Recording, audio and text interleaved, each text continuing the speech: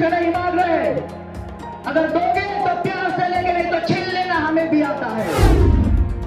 जब अमेरिका में John Biden चुनाव जीते तो मैंने उनकी तारीफ की, क्योंकि उनकी जो वहाँ की वाइस प्रेसिडेंट है वो इंडिया की थी।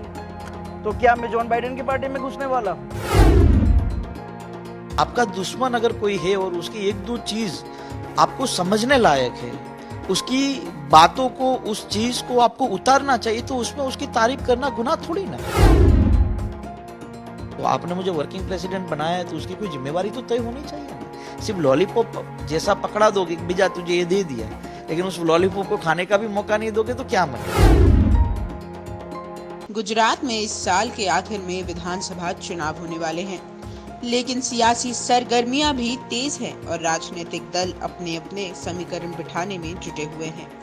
ऐसे में सूबे की चुनावी तपिश के बीच पाटीदार समुदाय के प्रमुख नेता हार्दिक पटेल ने कांग्रेस को अलविदा कह दिया है।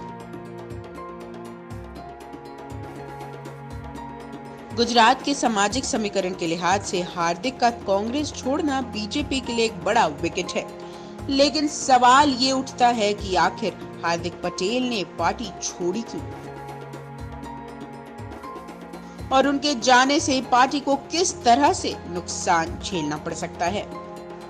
हार्दिक की राजनीतिक महत्वाकांक्षाएं जग जाहिर है।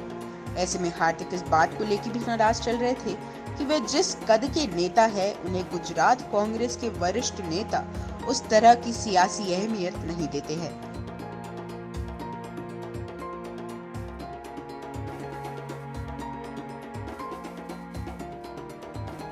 हार्दिक ने ये बात खुद कही थी कि गुजरात कांग्रेस के पुराने नेता उन्हें आगे नहीं बढ़ने दे रहे, ना ही पार्टी के किसी कार्यक्रम में बुलाते हैं। गुजरात कांग्रेस के किसी भी पोस्टर में उन्हें जगह नहीं दी जाती। गुजरात कांग्रेस के प्रभारी डॉक्टर रघु शर्मा से भी हार्दिक पटेल के संबंध सही नहीं थे। लेकिन आप मीटिंगों में नहीं बुलाओगे, आप इम्पोर्टेंट डिसीजन जब होगे तब आप उसमें अपनी राय नहीं लोगे।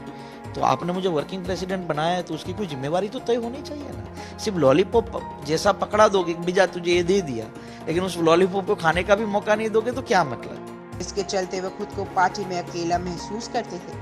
इसके अलावा हार्दिक पटेल पाटीदार समुदाय के नेता नरेश पटेल की कांग्रेस में एंट्री की बातों से असहज महसूस कर रहे हैं। वहीं पाटीदार आरक्षण आंदोलन के दौरान हार्दिक पटेल पर 17 एफआईआर दर्ज हुए थे। एक मामले में बरी भी हो गए, जबकि एक अन्य मामले को वापस लेने के लिए कोर्ट ने इजाजत दे दी थी। बीजेपी सरकार ने मुकदमे वापस लेने का ये कदम उठाकर हार्दिक को साधने का बड़ा दांव चला है।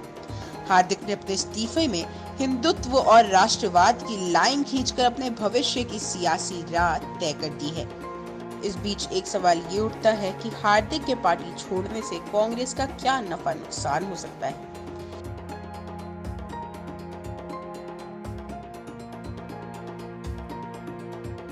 गुजरात विधानसभा चुनाव से ठीक पहले हार्दिक पटेल को कांग्रेस छोड़ने से पार्टी का मनोबल पर असर पड़ सकता है। वह पाटीदार वोटों का खिसकने का खतरा भी बन सकता है। राज्य में पाटीदार वोट बीजेपी के कोर वोट बैंक माने जाते हैं और हार्दिक के जाने के बाद कांग्रेस में फिलहाल कोई बड़ा पाटीदार नेता बचा नहीं है। ऐसे में पाटीदार वोट बंटने का डर बीजेपी को था, लेकिन हार्दिक की कांग्रेस छोड़ने के बाद बीजेपी को इस बात की राहत मिली है। हालांकि पाटीदार नेता नरेश पटेल के कांग्रेस में मिल जाने की ये चर्चा चल रही है, लेकिन अभी तक एंट्री नहीं हो पाई। नरेश पटेल अगर कांग्रेस में शामिल होते हैं तो हार्दिक पटेल के पार्टी में जाने की कमी की भरपाई हो जाएगी। कांग्रेस कितनी भरपाई कर पाएगा ये तो वक्त ही बताएगा।